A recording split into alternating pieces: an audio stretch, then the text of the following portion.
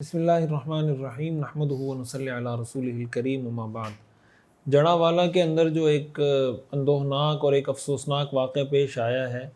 کہ وہاں پر یہ کلیم کیا گیا کہ کسی نے قرآن کریم کی بے حرمتی کی ہے، اور پھر اس کے بعد جو عیسائی آبادی تھی ان کے گرجا گھر، 4 گرجا گھر ان کو آگ لگا دی گئی اور ان کو تشدد کا نشانہ بنایا گیا، ان کے گھروں کو آگ لگائی گئی۔ تو یہ جو ایک حادثہ پیش آیا ہے یہ بہت ہی شرمناک اور قابل مذمت ہے۔ اسلامی نقطہ نظر سے جو غیر مسلم مسلمانوں کے ملک میں رہتے ہیں ان کو ذمی کہا جاتا ہے، اہل الذمہ کہا جاتا ہے، اور حدیث شریف میں رسول اللہ صلی اللہ علیہ وسلم نے ہمیں اس بات کی تاکید کی ہے کہ بھئی تم نے ان کے مال، ان کی جان اور آبرو عزت کی ایسی حفاظت کرنی ہے جیسے تم اپنے جان مال کی حفاظت کرتے ہو۔ رسول اللہ صلی اللہ علیہ وسلم نے ایک حدیث میں ارشاد فرمایا کہ من قتل معاہدا لم یرح رائحۃ الجنہ، کہ جو کسی ذمی کو، کسی ایسے غیر مسلم کو قتل کر دے جو مسلمانوں کے ملک میں رہ رہا ہو ایک قانونی طریقے سے، آپ نے فرمایا وہ جنت کی خوشبو بھی نہیں سونگھ سکتا، اور جنت کی خوشبو 40 سال کی مسافت سے سونگھی جا سکے گی۔ اور ایک حدیث میں رسول اللہ صلی اللہ علیہ وسلم نے یہ ارشاد فرمایا کہ جو کسی ذمی پر ظلم کرتا ہے یا اس سے مال لیتا ہے یا اس کی طاقت سے زیادہ اس سے کام لیتا ہے، آپ نے فرمایا قیامت کے دن میں اس کی طرف سے وکیل بن کر، مدعی بن کر اس ذمی کی طرف سے میں مقدمہ لڑوں گا اللہ کی عدالت میں کہ ایسے شخص کو سزا دی جائے جس نے کسی ذمی پر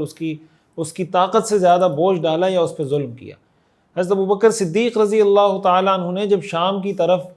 جہاد کے لیے قافلوں کو بھیجا تو باقاعدہ ان کو یہ وصیت اور نصیحت کی تھی کہ بھائی بچوں کو قتل نہیں کرنا، بوڑھوں کو قتل نہیں کرنا، خواتین کو قتل نہیں کرنا، اور ان کے گرجا گھروں کو، ان کے چرچ کو، ان کی عبادت گاہوں کو آگ نہیں لگانا۔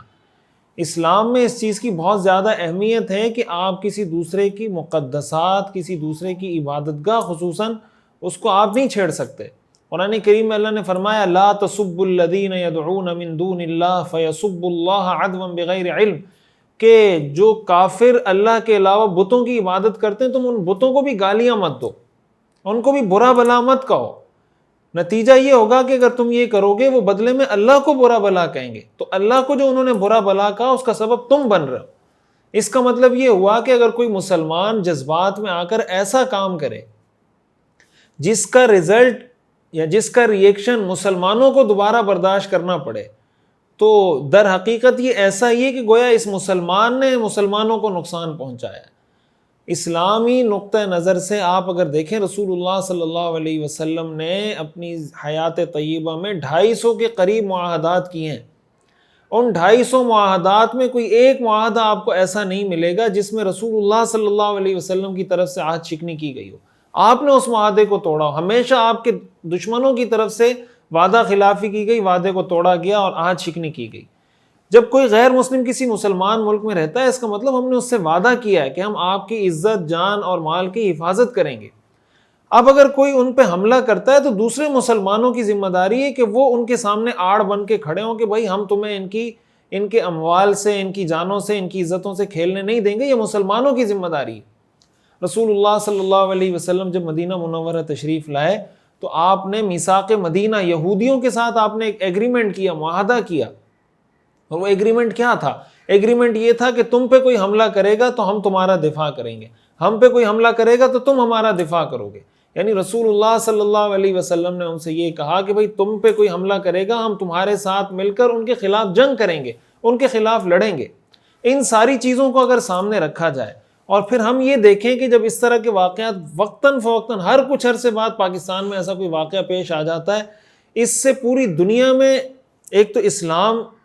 کی بدنامی کی جاتی ہے کہ دیکھیں ہم کہتے تھے اسلام تشدد پسند مذہب ہے، اسلام لوگوں کو تشدد پسندی پہ اکساتا ہے وغیرہ وغیرہ، ایک تو یہ تاثر پوری دنیا میں جاتا ہے، اور وہ لوگ جو دین کو سمجھنا چاہتے ہیں، اسلام کے قریب آنا چاہتے ہیں، وہ بھی متنفر ہو جاتے ہیں۔ دوسرے نمبر پہ اس کا نقصان یہ ہوتا ہے کہ ملک کی بدنامی ہوتی ہے۔ آپ جانتے ہیں ہمارا ملک پہلے ہی کتنے معاشی بحرانوں کا شکار ہے، پتہ نہیں کتنی قسم کی پابندیاں ملک پہ لگی ہوئی ہیں، کتنے قسم کے قرضے پاکستان نے لیے ہوئے ہیں۔ جب یہ صورتحال دنیا کے سامنے جاتی، پاکستان چھوڑ کے بھاگ رہے ہیں دوسرے ملکوں میں، تو جب دوسرے ملک کے انویسٹر دیکھیں گے کہ پاکستان کے اندر غیر مسلموں کے ساتھ یہ ہو رہا ہے، کیا وہ اس ملک میں انویسٹمنٹ لے کر آئیں گے؟ کیا وہ اس ملک کو تجارتی طور پہ معاشی طور پر ترقی دینے کے لیے کوئی کردار ادا کریں گے؟ اب یہ جو ملک کو نقصان ہو رہا ہے معاشی اعتبار سے، جو پابندیاں لگیں گی، جو مسائل کے شکار ہوں گے، تو اس کا مطلب یہ تو وہی لوگ اس کا سبب بنے نا جنہوں نے یہ کام کیا۔ اچھا، اس کا ہرگز یہ مطلب نہیں، اس کا ہرگز یہ مطلب نہیں کہ قرآن کریم کی بے حرمتی کی گئی، مسلمانوں کے مقدسات کی بے حرمتی کی گئی۔ تو اگر ہم عیسائیوں کے مقدسات کے احترام کی بات کر رہے ہیں تو ایک مسلمان کے لیے اپنی مقدسات کتنی محترم ہیں۔ مسلمان کے لیے اللہ کی کتاب سے بڑھ کر کچھ نہیں، مسلمان کے لیے اللہ کے پیغمبر کی ذات سے بڑھ کر کچھ نہیں، وہ اس کے لیے اپنی جان، مال، عزت، آبرو، فیملی سب کچھ لٹا سکتا ہے۔ لیکن اگر کسی کے بارے میں آپ کو یہ بتایا جاتا ہے کہ بھئی اس نے بے حرمتی کی، اس کو سزا دینا، اس کے گھر کو آگ لگانا، یہ آپ کی ذمہ داری نہیں ہے، اسٹیٹ کی ذمہ داری ہے، یہ ریاست کا کام ہے، یہ حکومتی اداروں کا کام ہے، حکومتی محکموں کا کام ہے کہ وہ ان کو کیفر کردار تک پہنچائے۔ اس طریقے سے اگر ہر آدمی قانون ہاتھ میں لینا شروع کر دے، آپ دیکھیں ہمارے ہاں ہر فرقے کا آدمی دوسرے فرقے کو گستاخ کہتا ہے، وہ کہتا ہے یہ گستاخ ہے، وہ کہتے ہیں یہ گستاخ ہے۔ اگر اس طرح ہم اجازت دے دیں اور شریعت کے نقطہ نظر سے اس کی اجازت ہو تو اس کا مطلب تو یہ ہے کہ ہر فرقے والا دوسرے کو قتل کر دے، پھر اس کے گھر کو جلا دے۔ تو یہ جو طرز عمل ہمارے ہاں شروع ہو گیا ہے جذباتیت کا، جنونیت کا، کہ کام پہلے کرتے ہیں پوچھتے بعد میں کہ ہوا کیا ہے۔ پہلے کسی کے گھر کو آگ لگا دیتے ہیں، پہلے کسی کو قتل کر دیتے ہیں، بعد میں پوچھتے ہیں کہ اس نے گناہ کیا کیا تھا۔ بھائی قرآن کریم میں آتا ہے من قتل نفسا بغیر نفس او فساد فی الارض فکأنما قتل الناس جمیعا، کہ اگر کوئی کسی ایک جان کو ناحق قتل کر دیتا ہے، اس میں مسلمان کا تذکرہ نہیں ہے، کسی ایک جان کو ناحق قتل کیا، اللہ فرماتے ہیں یہ ایسا ہی ہے گویا اس نے ساری انسانیت کو قتل کر دیا۔ ہمارے مسلمانوں کو ہوش کے ناخن لینے چاہیے، ان کو دیکھنا چاہیے کہ ہم 5th جنریشن وار جو اس وقت مسلمانوں کے خلاف لڑی جا رہی ہے، بہت سارے بیرونی ایجنڈے ایسے ہوتے ہیں، وہ چاہتے ہیں کہ پاکستان میں انتشار ہو، پاکستان میں کوئی ایسا واقعہ ہو کہ ہم دنیا کے سامنے اس بات کو پروف کر سکیں کہ ہم تو تمہیں کہتے تھے کہ یہاں پر عیسائیوں کے رہنے کی کوئی گنجائش نہیں، اسلام میں اقلیتوں کے کوئی حقوق نہیں، پاکستان میں اقلیتیں محفوظ نہیں۔ ہمارے ہاں بہت سارے ایسے لبرل، بہت سارے ایسے سیکولر جو اس انتظار میں بیٹھے ہوتے ہیں کہ کسی طرح اسلام کو بدنام کریں، پاکستان کو بدنام کریں، ان کو بولنے کا موقع مل جاتا ہے۔ تو یہ ساری چیزوں کا جو سبب اور ذریعہ بن رہے ہیں، یہ وہ لوگ بن رہے ہیں جو اس طرح کی جذباتیت میں آ کے نقصان پہنچاتے ہیں۔ حکومت کی ذمہ داری ہے، ہمارے ہاں اس طرح کے واقعات کا ایک بہت بڑا سبب حکومتی نااہلی ہے، ہمارے حکومتی اداروں کی نااہلی ہے۔ اگر ایسے لوگوں کو واقعتاً سزا دی جائے، ان کو قانون کے کٹہرے میں لایا جائے، ہماری عدالتیں فعال کردار ادا کریں۔ اگر ایک آدمی توہین کر رہا ہے، گستاخی کر رہا ہے، قرآن کریم کی بے حرمتی کر رہا ہے اور وہ عدالت میں جا کے 2 سال بعد چھوٹ جاتا ہے،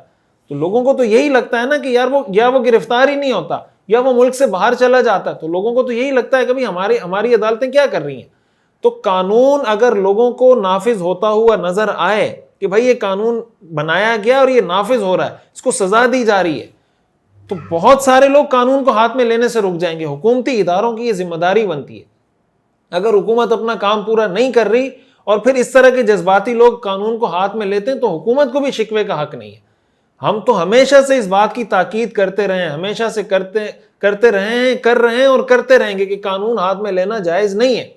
لیکن حکومتی اداروں کو چاہیے کہ وہ عوام کو یہ موقع فراہم نہ کریں۔ اور دوسرے نمبر پر جب یہ ساری چیزیں ہو رہی ہوتی ہیں، جب پورا حادثہ سانحہ ہو جاتا ہے، اس کے بعد جب حکومتی ادارے حرکت میں آتے ہیں تو چاہیے یہ کہ جس وقت اس طرح کے مسائل ہو رہے ہوتے ہیں اس کو آن دا اسپوٹ آ کے روکا جائے، ایسے لوگوں کو گرفتار کیا جائے، ایسے لوگوں کو سزا دی جائے، ایسے لوگوں کو جیل میں ڈالا جائے، جو ان کی قانون اور آئین کے مطابق سزا ہے وہ دی جائے۔ تو اگر حکومت، قانون نافذ کرنے والے ادارے، عدالتیں اپنا کام ٹھیک طریقے سے کریں تو اللہ تعالیٰ کی ذات سے امید ہے کہ ہمارے بہت سارے مسائل ویسے ہی ختم ہو جائیں گے۔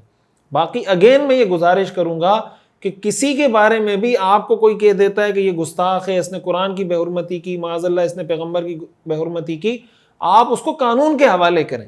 قانون اس کی ذمہ داری قانون پر ہے، حکومت پر ہے، حکومتی اداروں پر ہے کہ اس کو سزا دے۔ خود سے اگر آپ جج بن کے فیصلہ کریں گے، ہو سکتا ہے اس نے بے حرمتی نہ کی ہو سکتا ہے آپ کسی کام کو بے حرمتی سمجھ رہے ہو، اسلامی نقطہ نظر سے وہ بے حرمتی نہ ہو، تو خدا نہ خواستہ جو کرنے والا ہوگا، وہ